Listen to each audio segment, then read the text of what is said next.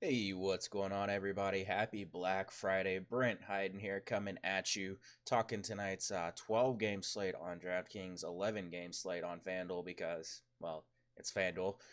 Before we dig into the games, quick reminder please make sure you hit that like and subscribe button down below. Those likes go a long way to my videos finding their way into the hands of other people, and those subscriptions will help you get notified whenever I post a brand new video. If you do happen to be someone that stumbled across this video, or this was shared to you by someone that is already a member of my Discord and my projection package, please make sure that you hit that follow button over on the Twitter machine. My Twitter handle at BrentHyden1 is in the description down below. While you're doing that, you can send me a DM and find out how you can get access for a special Black Friday price that covers projections, all of my written content, my Discord channel, all the way through the end of the playoffs this season. But without further ado, let's take a look at the very first game of the night. We have Houston heading to Detroit. Houston 4.5 point favorites, 218 over under. This game sounds familiar. That's because we just saw it on Wednesday, and James Harden went absolutely bonkers in that game. Had a fantastic outing against the Pistons on Wednesday. Uh, Dropped 43 points with 9 assists, 7 rebounds, and 4 steals. James Harden has been active with the steals recently, and that makes him really appealing, especially on a site like FanDuel, where if you're playing the showdown slate over on FanDuel, or one game slate, whatever the heck they call it, he's someone that I would have some interest in just because those steals actually raise his floor a significant amount. But I like him a lot on DraftKings. That being said, it's going to be hard for me to get him in because there's some other guys that we're going to talk about that I think I like a little bit better. Um, as far as the rest of Houston goes, Chris Paul dropped 20 points against the Pistons last time out. It's his fourth 20-point effort in the past 5 games. Chris Paul is perfectly fine in all formats, cash, tournaments.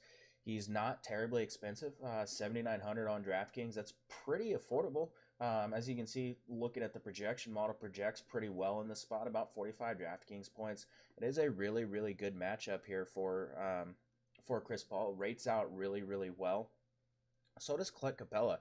Clint Capella actually had a really solid outing in his last meeting against the Pistons. He put up 27 points with 15 rebounds. He has 3 straight double doubles, and this is a pretty good spot. Detroit really struggling to defend at the rim. They are giving up, allowing opponents to shoot 72% at the rim. A lot of Clint Capella's shots occur at the rim. 84% of his shots actually occur at the rim.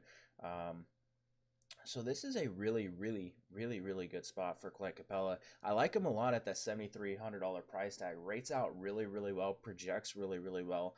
A very solid cash game option because you know he's going to get the minutes to battle against Blake Griffin and against Andre Drummond. So really good spot for him here.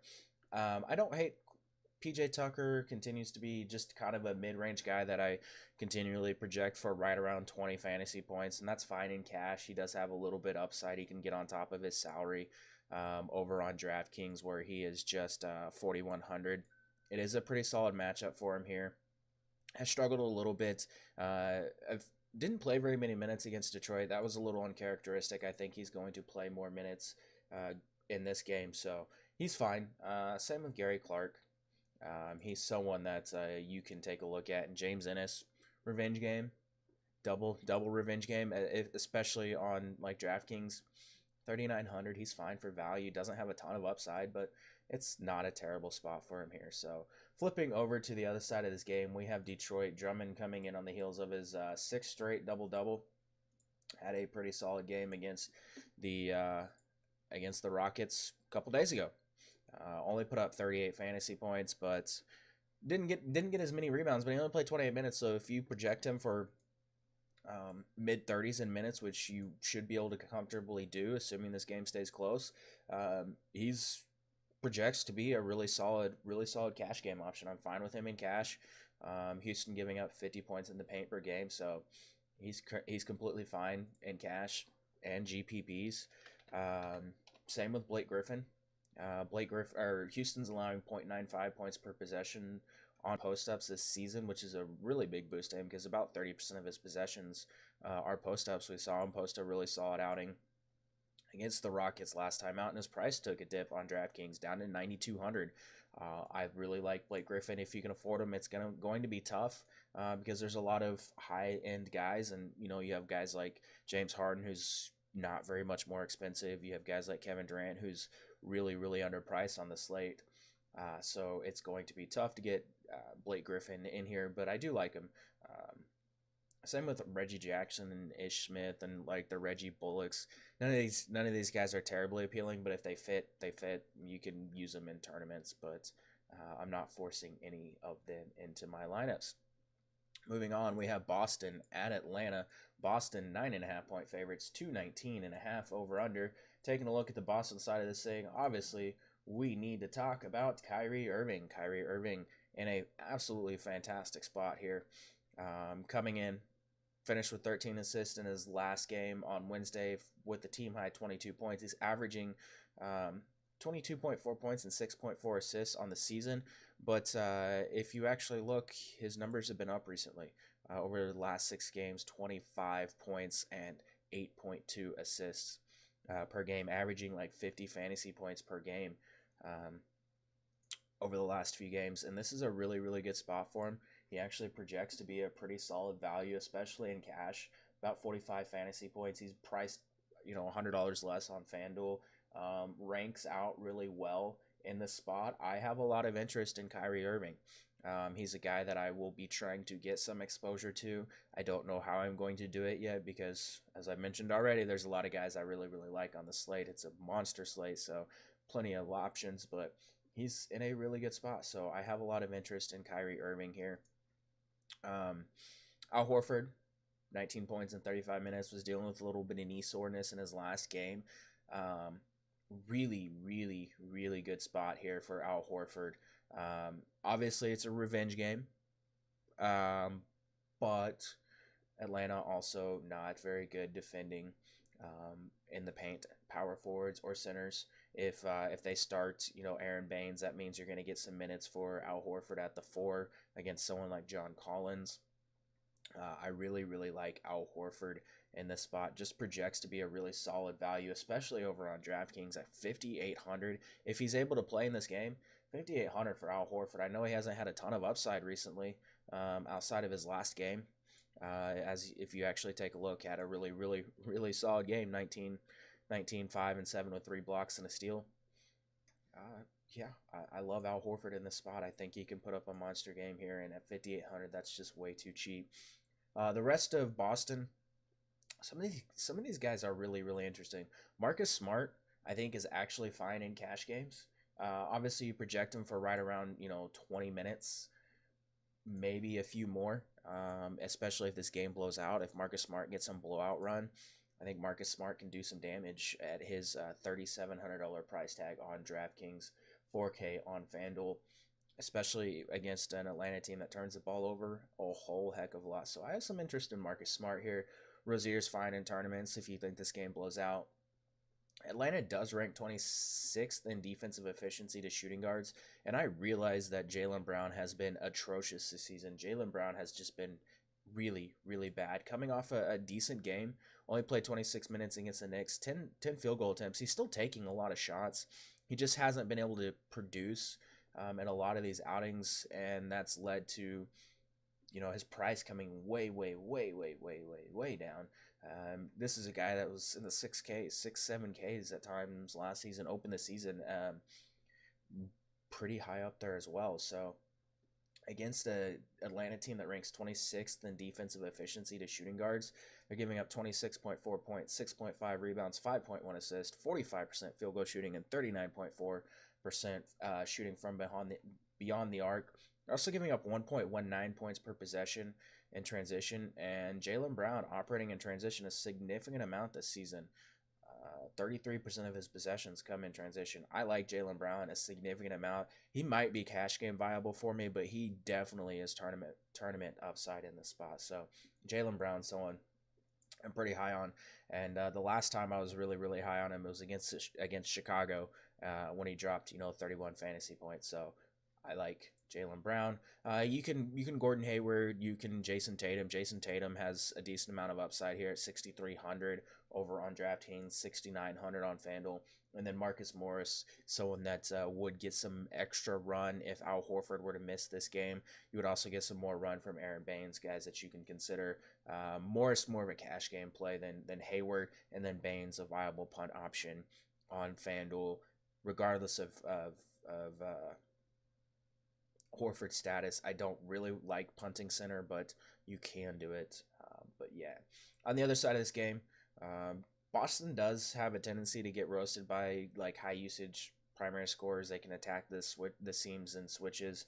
That does have me interested in Trae Young, guys that can get a little bit of separation on those switches and then pull up and hit a shot. Those are the guys that are kind of torching the Celtics. Trae Young, 6,700 on DraftKings, a very affordable price. He's going to be tournaments only for me. He is a guy, 6.4 of his field goal attempts per game are just pull up jump shots. He can have some success here. Taking 40% of his shots at the rim, Boston is allowing about 60.4% field goal rating at the rim, 41.5% in the paint. It's just something to consider here. I think he can have some success. So Trae Young in tournaments is fine. Same with Taurean Prince. Prince is also intriguing here. Just a little bit underpriced, I think. 5,700 on DraftKings, more of a DraftKings play than FanDuel, where he is 6,300, but still someone that I have a little bit of interest in. Collins is fine if his minutes limit goes up. We've seen Boston struggle to rebound, and if Collins is going to get 28 to 30 minutes, really, really solid cash game option. Rates out pretty darn well in this spot. I'm not really looking elsewhere. I guess if you wanted to take a shot on Jeremy Lin, who has played really, really well of late, you can. And it's just not that intriguing here. He's shooting 12 of 23 from over his last 5 games, so that's something. But again, just not terribly intriguing in this spot. Moving on, we have the Pelicans at Knicks. Hey, another game we just saw a couple days ago. And this is a game where Anthony Davis went completely batshit bonkers. Pulling it up right now. Anthony Davis against the Knicks 4 games ago. 76 fantasy points, 43 points, 17 rebounds. If you think Anthony Davis can do that again, which he probably can, Anthony Davis, someone to definitely consider in the spot. It's really not someone that I have to tell you is a good option. I will say this. He's averaging 27.3 points on 54% shooting in his 10 career games against the Knicks. So, and it's at Madison Square Garden if that does anything for you. I love Anthony Davis in tournaments. Cash games, I'm probably going to be looking elsewhere, but again, he rates out as one of the top options, of course, across the board. You don't pay for projections for me to tell you that Anthony Davis is one of the top plays on the slate. The rest of the Pelicans, obviously, again, Jrue Holiday, someone that I have a ton of interest in. He's just a guy. Every single night he projects for mid-40s in fantasy points, and almost every single night he gets you mid to low 40s in fantasy points. Like, I don't really know what to tell you guys. He does have upside. He can get you more than that, but he's playing a ton of minutes, taking a ton of shots, doing a lot of ball handling. Like Jrue Holiday in all formats, cash, tournaments, he's a fantastic option.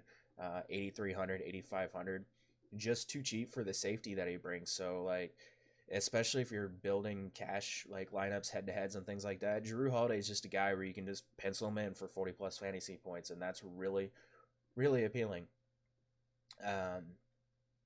Outside of that, Etuan Moore has been on fire recently. Dude continues just to shoot really well. He scored 54 points on 58.5% shooting over the last 2 games. Etuan Moore at 5,200 continues to be too cheap for the upside. Still going to be a guy that I have interest in mostly in tournaments because I don't think he's going to take 25 shots every single night. Hot take there. So when that shooting cools off, I don't really want to be terribly exposed to him in cash games, but it's a good spot for him. You can still take a shot on him. Nikola Mirotic, 9 double doubles in his past 11 games, continues to play really, really well. Someone that continues to play a lot of minutes too. 7,300 on DraftKings, way too cheap, I think, in the spots. He's 7,600 on Fanduel. I'm fine with that on all formats. Taking a look over at the projection model, you can see that he grades out for as a pretty solid play. I mean, about 40 fantasy points, mid 5 values, rates out really well. He's fine. Julius Randle continues to smash in limited minutes off the bench. He's someone that you can consider in the spot, more of a tournament option. But if he's going to play upper 20s in minutes, double pretty much every single night, I like him a significant amount here as well. Looking over at the Knicks side of things, I don't have a ton of interest. Like, it's really hard to really like any of the Knicks here because David Fizdale has absolutely no clue what he's doing, given 10 guys significant run in just about every single game. Enes Kanter is someone that I do think is very interesting, especially if he's back in the starting lineup, which he has been recently. Against the Pelicans, only played 15 minutes last time these teams faced off, but 15. He had 8 and 5 in 15 minutes, got in foul trouble. Enes Kanter at 6K on DraftKings, very appealing for cash or for tournaments. 6,700 on FanDuel. I still really like that price. He still projects to be a solid option in the spot. Same with Noah Vonleh. Noah Vonleh has been absolutely crushing recently, peeking back over to DraftKings, taking a look at his game log here. Back-to-back games where he's just gone bananas. He's always been a guy. Lots of rebounding and lots of scoring upside. Can get you some assists, blocks, steals. I really like Noah Vonleh. 4,300, just way too cheap. I assume he's going to be pretty popular in this spot. Didn't have a great game against the Pelicans last time out. Just didn't take a lot of shots. Didn't really grab a whole lot as far as rebounding goes. But I think he's someone that we can definitely consider in cash and tournaments here. Fizdale has been a little more stable with Moutier and with Trey Burke with their minutes recently. Moutier at 3,900, very, very appealing in tournaments. Like, everyone's going to flock to Trey Burke, and for good reason. He's been outstanding, and I'll pull up his game log and read off those numbers in just a minute. But, like, Emmanuel Moutier is a guy that I have some interest in the spot. Now that he's down to, like, 3,900, minutes are going to be low to mid-20s. And it is a very, very, very good matchup for Moutier. He projects extremely well as a good value. Better on DraftKings, where he's 3,900 than 4,200 on FanDuel, but I like him a significant amount. He's someone that I feel like taking shots on here. And then, Trey Burke, last 4 games has been just going bananas as well. 11 of 20. I mean, he has 20 field goal attempts in 2 of the last 3 games. Dude's just shooting a ton. He's taking a ton of shots. He's hitting those shots. He's moving the ball pretty well. Obviously, he's not going to continue to shoot 55.6% from the floor. But with New Orleans' issues defending isolation and spot ups, Trey Burke's someone that could do some damage. And Trey Burke at 4,400 on DraftKings, still really, really, really appealing as someone that if he's going to get the run, I'm going to keep running him out there on a night in and night out basis. And then, of course, Tim Hardaway Jr. is going to take a ton of shots. He's always going to be a tournament option for me. Coming down a little bit in price, but he's a guy, he has upside. The floor, the usage in the shot, field goal attempts give him a pretty safe floor. And normally I would be okay with him in cash games, but it's just really tough to pay that for a guy that is basically relying on just scoring a shit ton. So I'm going to reserve him a little bit more for tournaments there. Looking at the next game, Cleveland, Philly. Not going to talk about this game for too terribly long because, well, Cleveland sucks. I don't have any expectations that they're going to be able to keep this game close. I don't think we need to force exposure here at all. Like, I don't think we need to force Cleveland into our lineups if unless you just are a glutton for punishment. I will say, I mean, there are still a couple of spots where I'm comfortable going with. Tristan Thompson's going to play a lot of minutes, and if he can stay out of foul trouble against Joel Embiid, he should be able to easily pay off his salary. I mean, he's 5,700 on DraftKings. He's 5,600 over on Fanduel. And let me pull up and see how many. See if he's actually played against Embiid. Let's see. See if he's been able to play against Embiid at all. He has. Looks like we have 3 games against Joel Embiid. 27.3 DraftKings points in 30 minutes. Only had 2 fouls. 32 DraftKings points in 36 minutes. Had 4 fouls. And 21.8 DraftKings points in 22 minutes and only had 2 fouls. Now that he's getting the minutes, I will say Tristan Thompson, a pretty solid cash and tournament option, I think, in this spot. So if you're dying to get exposure here, Tristan Thompson, someone that could do some damage in limited time if this as long as this game stays close. But if he can get 28-30 minutes tonight, I think he can easily pay off that salary. So Tristan Thompson, someone to look at. Nance, an intriguing option. Obviously, we've talked about it. Sixers really struggle against power forwards. I like him more off the bench in this spots. Actually, I think it would portend to him getting a little more run if this game blows out. Sexton, not a guy that really has tournament upside. But at 5,200, if he gets you 30 fantasy points, like, you're okay with that, I guess. Like, his minutes and shooting gives him a floor in cash games, but I just don't really want to pay 5,200 for Colin Sexton. Jordan Clarkson, someone that I would have more interest in. Clarkson, similarly priced across the industry. 5,300 on DraftKings, 5,200 on FanDuel. He's the guy that I have more interest in here. Has a little bit more upside than Colin Sexton. Not really looking anywhere else. Not going to go to Chetty Osman. Not looking at David Nwaba. Although Nwaba, after he burned everyone last time out, might be a little interesting in tournaments, especially on like FanDuel at like 37 or 3,900 on FanDuel. So that's worth at least considering. Looking at the Philly side of things, Joel Embiid, dude continues to smash. Coming off another 30-10, 30 plus points and 19 rebound game, 31-19, 33-17.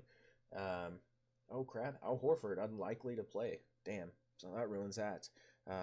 I'll cover that in Discord a little bit later. But Joel Embiid, 33-17, 33-11. Dude's been absolutely smashing. No reason to think he can't absolutely crush in the spot. I like Joel Embiid in cash and in tournaments. Unfortunately, at 10-6, it's really hard to get him in.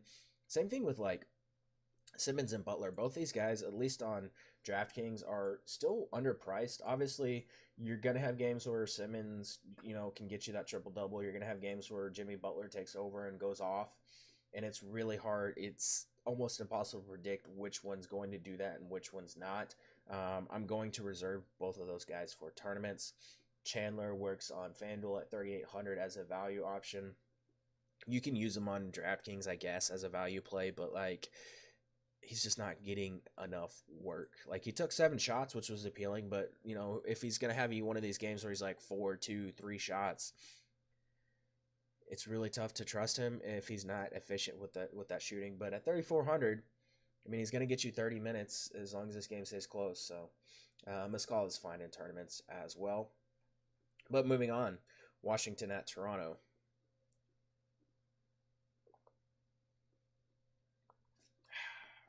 I think we're almost halfway done. We're almost halfway there. Let me pull up the total on this one because I don't have it in my notes. It is Toronto favored by 10, 229 over under. Washington actually coming in on the heels of a win, which, hopefully builds some momentum for them. Hopefully they can stop sucking. But for now, they're still one of the worst defenses in the NBA. They have they're giving up 116.7 points per game. Yeah, this is really appealing. I'll start with Washington, actually, because there are some spots where I actually think we can exploit, and one of those is with John Wall. John Wall back to playing a lot of minutes. I don't know if that's going to continue. Earlier in the season, Scott Brooks was talking about limiting Wall's minutes a little bit, and now he's played a lot of minutes in the past couple of games. Pulling up his game log right now. 40 and 38 in two of the last three. If he's going to play that many minutes, it's really, really tough to overlook him, especially at 8,700 on DraftKings. I mean, he's been 9Ks for the last four games. He's 9K on Fanduel. I really like that price. I think he's cash viable, but definitely someone that has a lot of tournament upside. Washington really struggling in the pick and roll, 0.97 points per possession to the pick and roll ball handler. We saw Kyrie Irving carve them up. I think John Wall can do similar things here.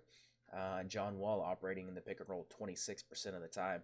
I like John Wall a significant amount in all formats, cash tournaments, so that I will be taking a look at. Projects for about 40 fantasy points, which is pretty solid at his price, and obviously we know he has a pretty high ceiling. Bradley Beal, $7,700 on both sites. Bradley Beal is just a little bit too cheap, I think. Again, this is someone that I think should be in the low 8Ks most nights. He's another guy, 21.3% of his possessions come in the pick and roll. Absolutely lit up the Raptors in that first game, went 12 of 21 for 32 points with 51 fantasy points. This is a really good spot for Bradley Beal, who's been playing a decent amount of minutes as well. So Bradley Beal, a cheaper way to get exposure to this game. If Dwight plays, you can roll him out in tournaments. I think Markieff Morris is perfectly fine in cash and in tournaments. Doesn't project very well right now. I need to make a couple of adjustments because I think Markieff Morris is actually one of the better mid 4K value plays on the slate.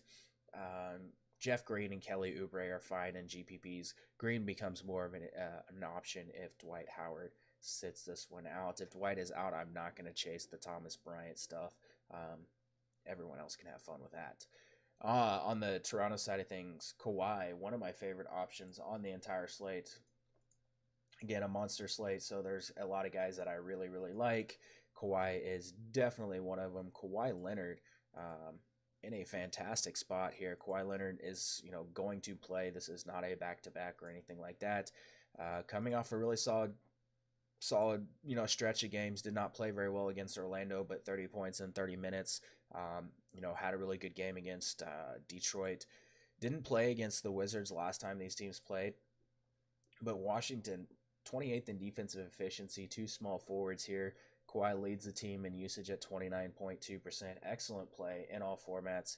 Taking a look over at the projections, you can actually see he projects to be a fantastic value at 50 DraftKings points, which is just in the mid fives as far as returning value. 9,800 on FanDuel, a little tougher to get, but I do like him in all formats. Danny Green spotting up on 38.4% of his possessions this season. Washington giving up 1.09 points per possession on spot ups. He's been lighting it up from three. Washington allowing opponents to shoot 38% from three this season. Took 9 shots against Washington the last time these teams played off. Took 8 3-pointers. Didn't hit hardly any of them. Danny Green, though, so that I like in cash in tournaments. I'm fine with Siakam and Serge Ibaka in all formats. Serge would become a little bit more appealing if Dwight Howard was out. If Dwight plays, I think Jonas Valanciunas is someone that we can go back to here. And then, of course, Kyle Lowry at 8K coming off a monster game. Obviously, with Kawhi Leonard being back in the lineup, that's going to take some usage off of Kyle Lowry, but I still like, off of Kyle Lowry, but I still like him in the spot. So he's someone that you can get some tournament exposure to. Moving on, San Antonio at Indiana. Not a lot of interest in this game unless injuries dictate some value, but Victor Oladipo is questionable.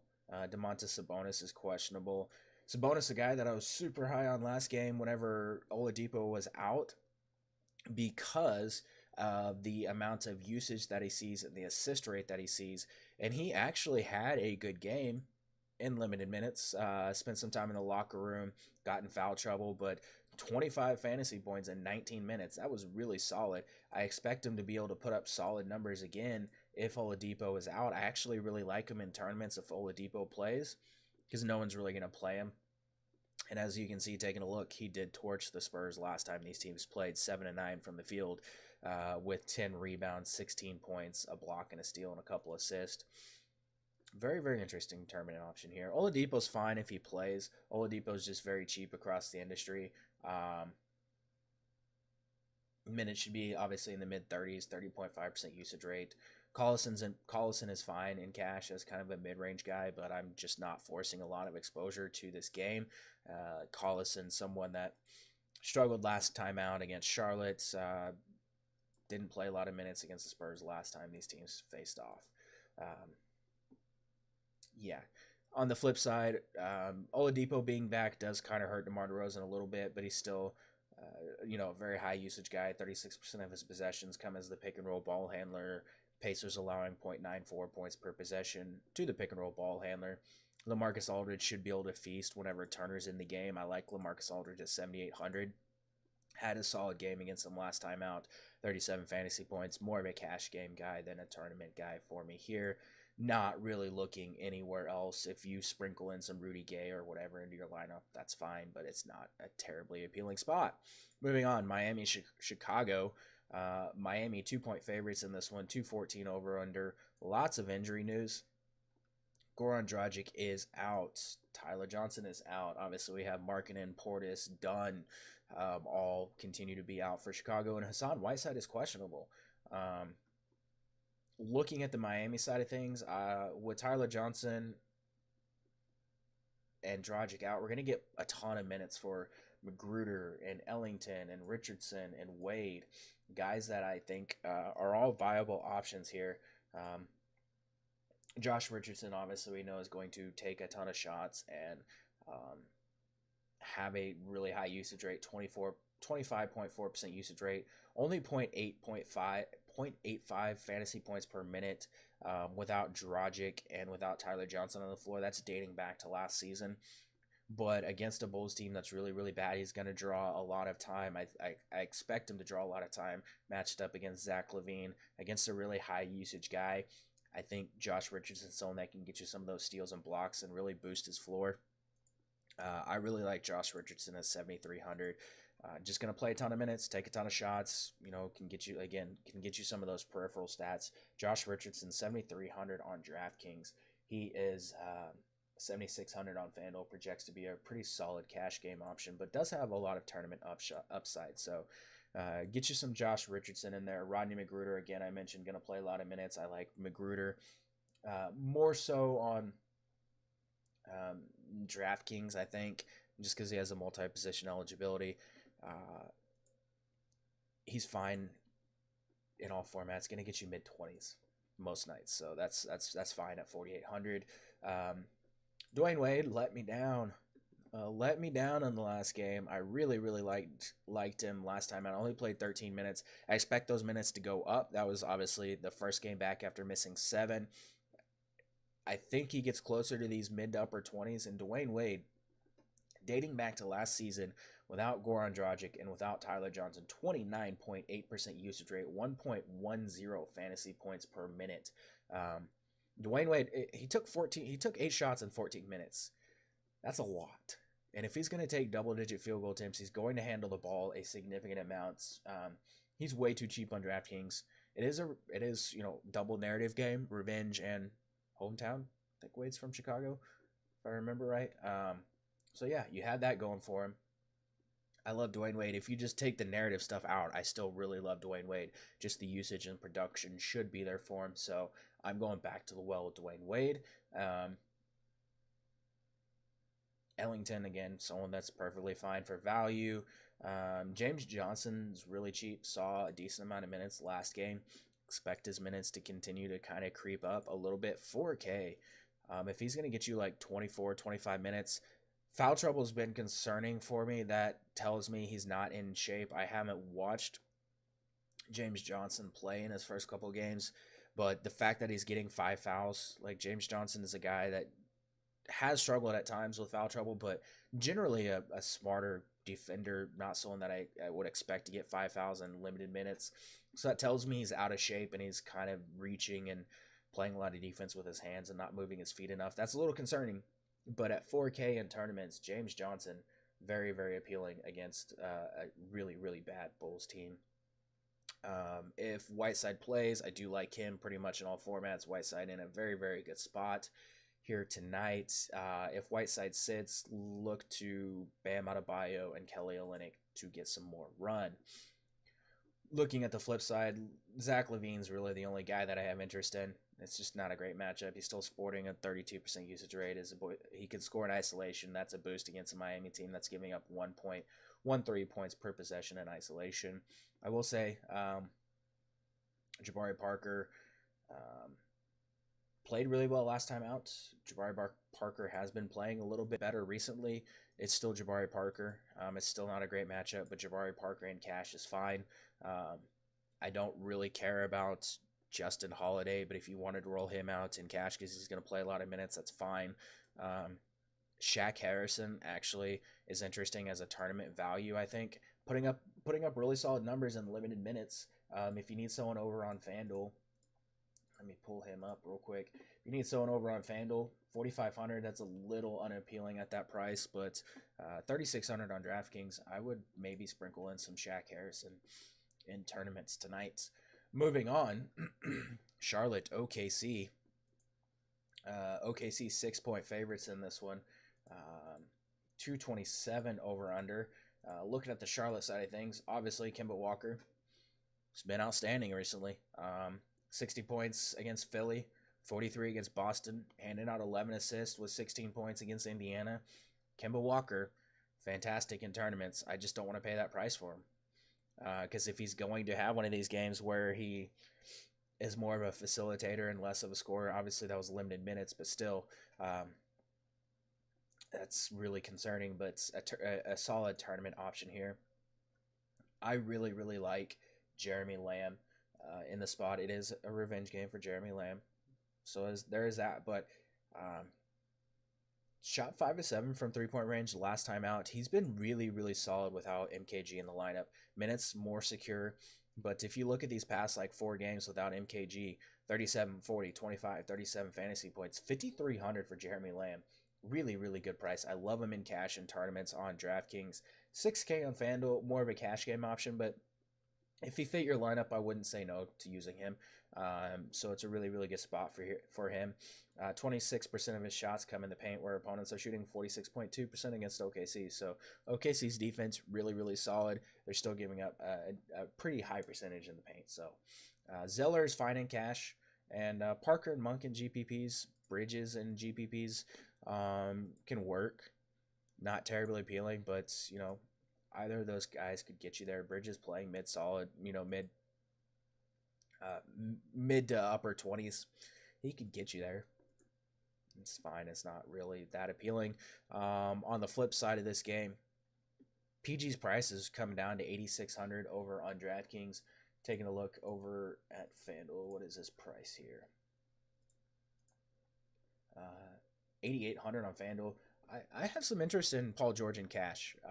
Not a guy that has a lot of tournament upside at that price, but he's another one of these guys, kind of like Drew Holiday, where he's going to project a lot of nights mid to upper 40s, because he's just really, really heavily involved, even with Russell being back.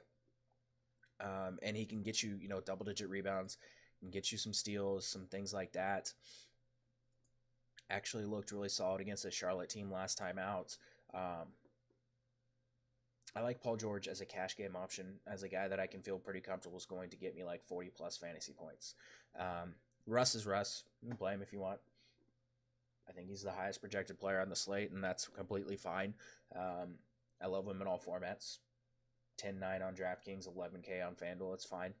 20.2% of Adams' possessions are post-ups this season. Charlotte allowing 1.03 points per possession on post-ups. Steven Adams, 7,100. Very appealing here. Over 40 fantasy points in 2 of the last 3. Been really, really, really consistent. Didn't shoot very well against Charlotte last time, just 1 of 5. Still had 31 fantasy points. You can imagine a couple of those shots probably going to go in more often than not. Considering he's shooting 61% from the floor. So if he shoots 3 of 5 in that game, that's 4 more points. That's 34 fantasy points. I like that in cash. Jeremy Grant, again, perfectly fine, always perfectly fine in cash games. 4,400, really, really appealing. 54 on DraftKings or on Fanduel, not as appealing. But he's a guy, again, has upside, but also most nights just going to consistently get you in the mid to upper 20s. So I like him a significant amount here. The rest of these guys, Hamadou Diallo is out. Alex Abrinas is out. Terrence Ferguson is out. That's going to open up minutes on the wing. Unfortunately, Billy Donovan is kind of a dick, and he kind of just messes with these wing minutes, and whoever's hot gets the minutes, whoever's not doesn't get the minutes. I expect to get a lot of minutes for Dennis Schroeder at the 2, and that has me interested in him in cash in tournaments. He just has a really solid minutes for. Like, I think he's going to get 30 plus minutes tonight without some of these guys in the lineup. So that's appealing. The rest of everyone, you're going to get, right around probably 20 minutes of Timothé Luwawu Cabarro. I like him in tournaments as a value option. I like him on FanDuel where you can drop his score. So he's someone to look at here. We still have Deontay Burton and Abdel Nader, who is listed as a power forward, but he's going to play a lot of minutes on the wing. So TLC is someone that you can use. Just know that there's a chance he only gets like 18 minutes. So yeah. Looking at Phoenix at Milwaukee. Milwaukee 14-point favorites in this one. 229 over under.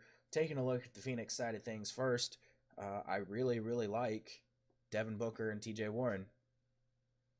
Shocker, right? Milwaukee's allowing 44.3% shooting in the paint, 43.1% shooting in the mid-range. That makes both of those guys really appealing. Booker, 34% of his shots are in the mid-range. Warren is taking 36% of his shots in the paint or in the mid-range. Milwaukee also really struggles against power forwards. That gives Warren and his just boatload of minutes someone that I really, really like. He's still affordably priced, $6,500 on DraftKings, $7K on FanDuel. Still a guy playing a lot of minutes. Only played 32 against Chicago, or 33 against Chicago, but I expect that to go back up into the 36, 37 most nights. Going to get you 30 plus fantasy points just about every single night. So I'm fine with him in cash and tournaments. I'm fine with Devin Booker in cash and in tournaments. 7,900 on FanDuel, really, really, really appealing price. So he projects to be a better value there. Ayton looked really, really good last time out against Chicago. His 10th double-double of the season. He's still really affordable. He is 6,400 on DraftKings, 6,800 on FanDuel. It is a pretty good spot for him here. I would have some interest in him, mostly in tournaments, though. Obviously, with someone like Giannis driving at the rim almost every single play, you do have some concern about DeAndre Ayton getting in foul trouble. So that is a little concerning. If you are worried about that and you're looking for another tournament value, Rashawn Holmes, someone that you can definitely consider there. I do like Trevor Ariza at 5K. And at 4,800 on DraftKings, just another guy, really, really affordable, really, really solid cash game option because you know the minutes are going to be there night in and night out. So someone that you can definitely consider in the spot as a good cash game option. This is about as good a spot as it gets for Giannis. It's absolutely great in all formats. Phoenix struggles in isolation, allowing 1.13 points per possession. They're allowing 66.5% at the rim, which is obviously a pretty big boost for Giannis. That being said, guy I'm most interested in, mostly because of the revenge, but also because he's been playing really well, is Eric Bledsoe. I imagine he's going to be very popular tonight, and I'm fine with that. He's a guy he's underpriced over on DraftKings. Taking a look at the projection model here. I like him a lot. He projects to be a pretty solid play here, right around 38 fantasy points across both sites. That's really, really fair for what you're going to get out of him. He's actually been really good. As I mentioned, 2 of the last 4 games, over 40 fantasy points. Shooting 61% of the floor over his last 5, 47% from 3. It's really appealing. I like Eric Bledsoe a lot. He's probably going to be a core option for me.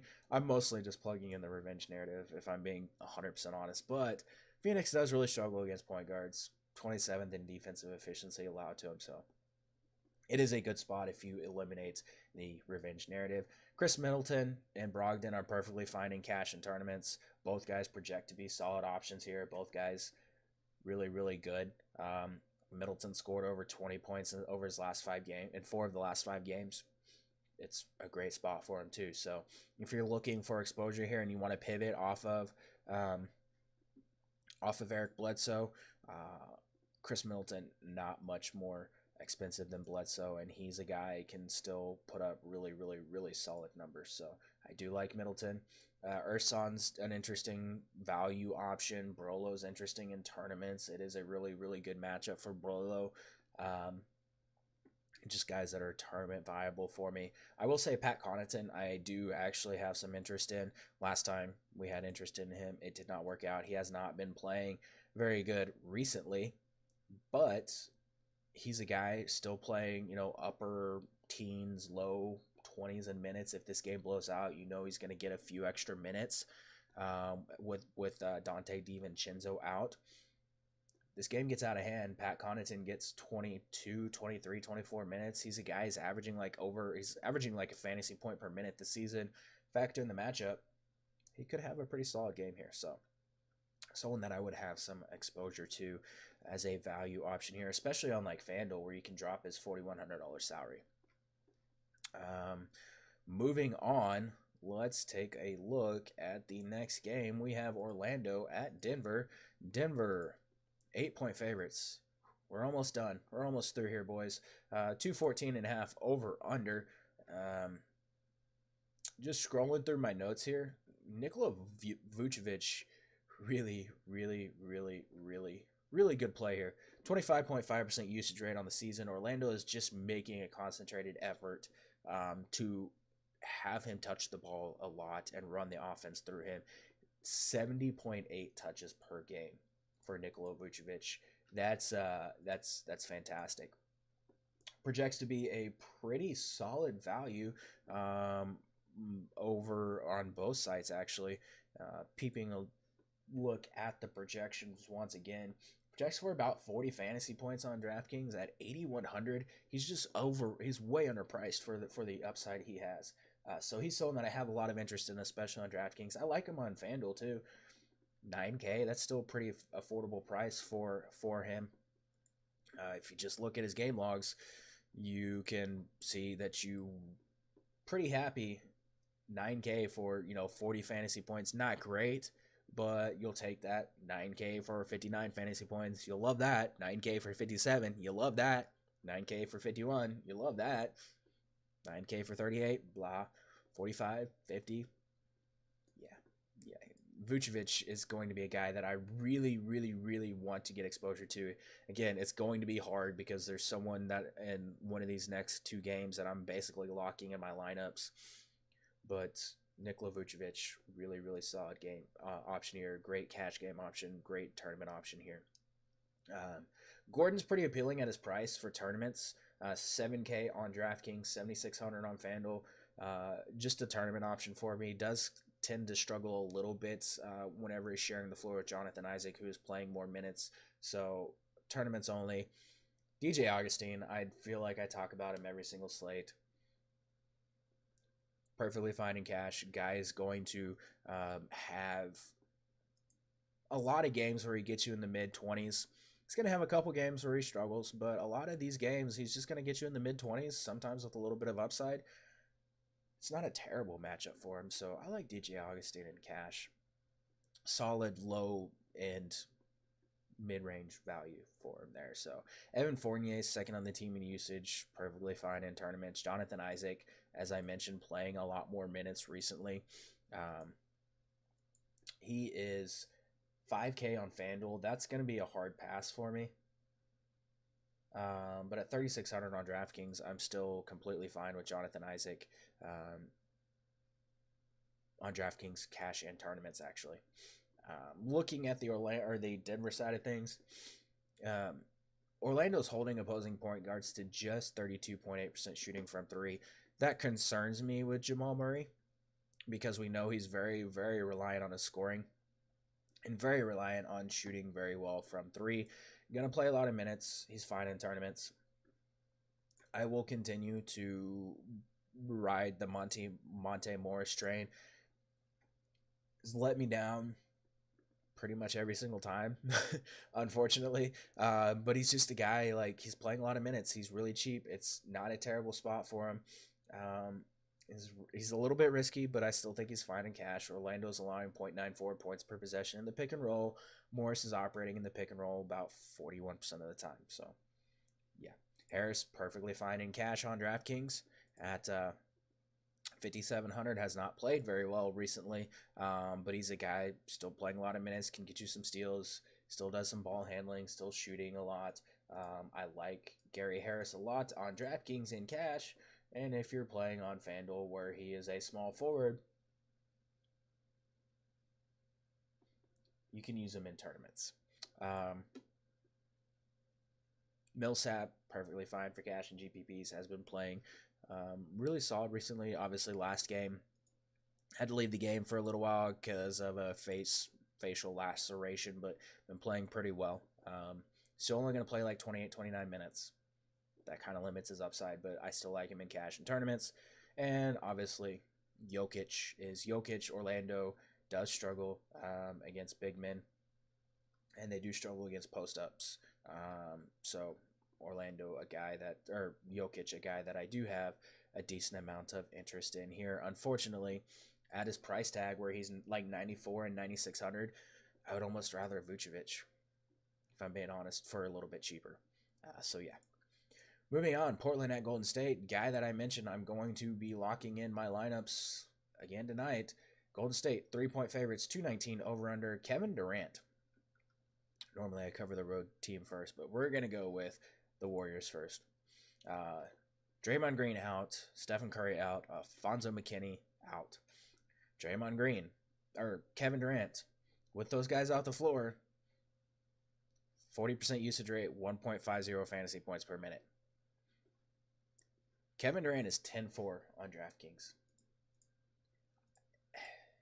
He's, 50 fantasy points in back-to-back games?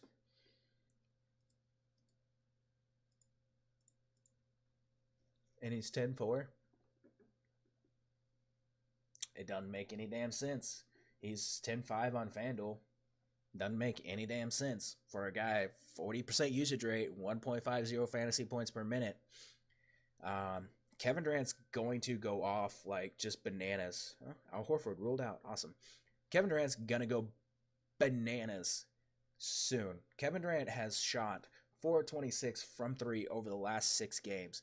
Kevin Durant, since joining the Warriors, has shot 39.1 or 39.2% from three. When that regression hits, it's going to hit hard, and he's going to sink a bunch of three-pointers. Portland ranks 22nd in defensive efficiency to small forwards. Obviously, Giannis just torched them. That made that number go up, but they're allowing 41.7% shooting from three. Giannis, obviously not a three-point shooter, at least not very frequently. So, yeah, Kevin Durant, muy bueno in this spot. I love him in all formats. I'm going to be building around him tonight. The rest of the Warriors, Klay Thompson, very, very interesting in tournaments. 34.9% usage rate, but just 0.97 fantasy points per minute without Draymond and Curry on the floor. Still a guy can get you 30-plus fantasy points night in, night out. So I like him in tournaments. I think Jerebko and Looney, perfectly fine value options. Jerebko, not as much of a value, 4,100 on DraftKings, 4,600 on FanDuel. Rebounding numbers really solid. Didn't play very well against OKC. Shot 0 of 5 from the floor. Still had a decent game, 15 fantasy points. If he shoots 3 of 5, he's going to get you over 20 fantasy points. Probably gets a few more minutes if this game would have stayed close. Portland really struggling against spot-up shooters, 1.09 points per possession allowed to him. Drebko spotting up 38.9% of his possessions. I like him in all formats, especially on DraftKings at 4,100. I still like Kevon Looney a significant amount. He was a guy I was really, really high on last game because I thought his defense, his size, and his defense was going to be needed against Steven Adams, and I think the same thing applies here against Yusuf Nurkic, assuming Terry Stotts gives Nurkic his run. I think Kevon Looney in tournaments a very, very solid pivot off of some of the other chalk value options here. Had a solid game. I think he can get you 20, 24, 25 fantasy points in this spot. Flipping over to the Portland side of things, obviously Damian Lillard is really, really good at basketball. Coming off a down game, averaging 27.6 points per game over on like Portland's current road trip. This is the last stop of their 6-game, 10-day road trip. Again, 27.6 points per game over the last like 6. It's really, really solid. Golden State ranks 19th in defensive efficiency to point guards over the last 5 games. A lot of that corresponds with Draymond Green being out. They're allowing opponents to shoot 67.2% of the rim. Lillard's taking 39% of his shots at the rim.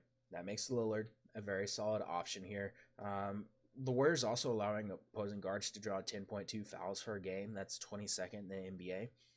It's a pretty big boost to Dame, who has double-digit free throw attempts in 3 straight outings. I like Damian Lillard a significant amount here. I expect him to have a huge, huge game. I like CJ McCollum and GPPs as always. And I think Al-Farouq Aminu, very solid cash and tournament option here. Aminu's pretty cheap, 4,400 over on DraftKings. Let me pull up Portland in my projections, and let's see, what is he on FanDuel? 5,100 on FanDuel. I'm still fine with that in cash. He's someone I think is going to get a lot of minutes in this spot against Golden State. He's going to try to defend Kevin Durant a decent amount. Let me pull it up and see how he's performed against Golden State. And see what he's done against him. Sorry for the typing.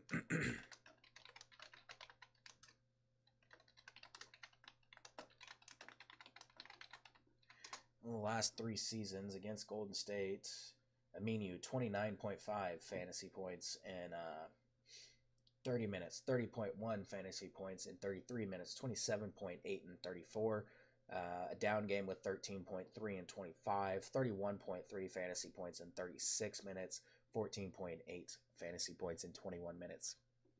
I like Al-Farouq Aminu a lot as a way to get exposure to this game for very, very cheap. Nurkic would be GPPs only just because Golden State can go small. They can play him off the floor, plays a few less minutes against the Warriors over the past few games, but obviously some of those took place when he was with Denver, so not going to put a whole lot of weight in there. Zach Collins and Myers Leonard, very intriguing value plays if you think Nurkic gets played off the floor. Both of those guys could see some more minutes in this spot tonight. Moving on, Utah at LA. Let's take a look at that game. Lakers 221 or 2-point favorites, 221 over under. Josh Hart's questionable. That's the only really injuries for this one. Looking at the Utah side of things, Lakers ranked 29th in defensive efficiency against shooting guards. They're giving up 28.9 points, 6.8 rebounds, 5.9 assists, 45.9% field goal percentage, and 38% from 3. Donovan Mitchell carrying a 28.5% usage rate into this game. Makes Mitchell very, very appealing here. Donovan Mitchell, 7,400. Super, super cheap. Coming off another 30-point game. I believe it's his third 30-point game on the season so far. Really, really solid spot for Donovan Mitchell. Should not be 7,400. You're getting a guy that's going to get you 40-plus fantasy points most nights. So 7,400 for Donovan Mitchell. Very, very appealing. 7,600 for Donovan Mitchell on FanDuel. Still appealing. 7,600, sorry. Still appealing. Not as appealing, but still pretty appealing. here. So I like Donovan Mitchell a significant amount of cash in tournaments. Rubio's fine in GPPs. I still really like Derek Favors and Jay Crowder. Both these guys consistently going to get you mid to upper 20s in fantasy points. Derek Favors not going to play a ton of minutes, but I still really, really like him. And Jay Crowder, someone that could actually get a decent amount of run here against LeBron. Works really, really, really, really well in tournaments, but also really, really good in cash. I do really like Rudy Gobert. Unfortunately, it's going to be very hard to get him, but at 7,500, a little bit underpriced, I think, in the spot. Projects to be a just really, really, really, really good value on both DraftKings and Fanduel. I have him projected over 6x value on both sites. Given that the Lakers 28th in defensive efficiency to centers, giving up 46.9 rebounds per game. They're allowing 54.3 points in the paint per game. Rudy Gobert, very, very good option in all formats. I don't like a lot from the Lakers. LeBron's LeBron. You can roll LeBron out, but I don't know that I want to pay 11.5 for LeBron when I can get Kevin Durant for cheaper. Lonzo's fine in tournaments. 48% of Ingram's shots do come in the mid-range where opponents are shooting 44% against Utah. Ingram's probably the guy that I have the most interest in as a way to get exposure to this game, but more of a tournament option there. McGee and GPPs is fine. And then Kentavious Caldwell-Pope, assuming he is still cheap on